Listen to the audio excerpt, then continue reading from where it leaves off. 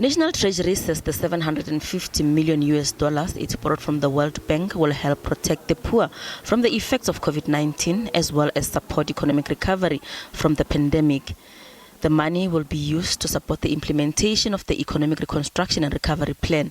This is a government initiative to put the economy on a more resilient and inclusive growth path. In a statement, Treasury Director General Dondo Mokgajane says the funds from the low-interest loan will assist in addressing the immediate challenge of financing health and social safety net programs. One economist says the World Bank granting of the loan can be read as a sign of confidence in the South African economy.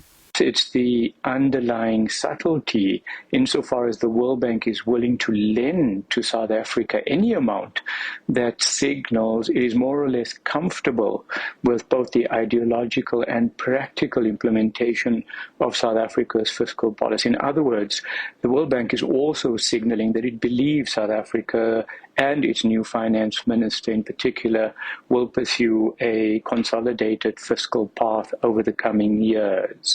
Another economist says the government still needs to reduce spending. The state's finances in South Africa is really in dire straits, and that's part of the reason why they've decided to borrow this money. We need to get money somewhere because the state is simply spending too much.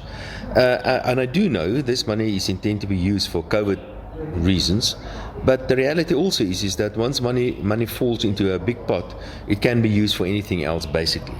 We are also running the risk that South Africa's currency, the rand, may depreciate until the loan needs to be repaid, and that may result in a significant foreign exchange loss for South Africa. Fortunately for us, our total outstanding foreign loans are not really that much, so it's not something to be too concerned about. But the bottom line remains that the state in South Africa is simply spending too much money and they need to cut back on state spending. National Treasury says the loan complements the support by the International Monetary Fund, the African Development Bank, and the New Development Bank as part of government's broader financing strategy to access external financing from international financial institutions. Meanwhile, the Economic Freedom Fighters has rejected the loan. The party says it has written to the finance minister to demand a detailed explanation on the terms and conditions attached to the loan. Gloria Sefako Mosi, SABC News, Johannesburg.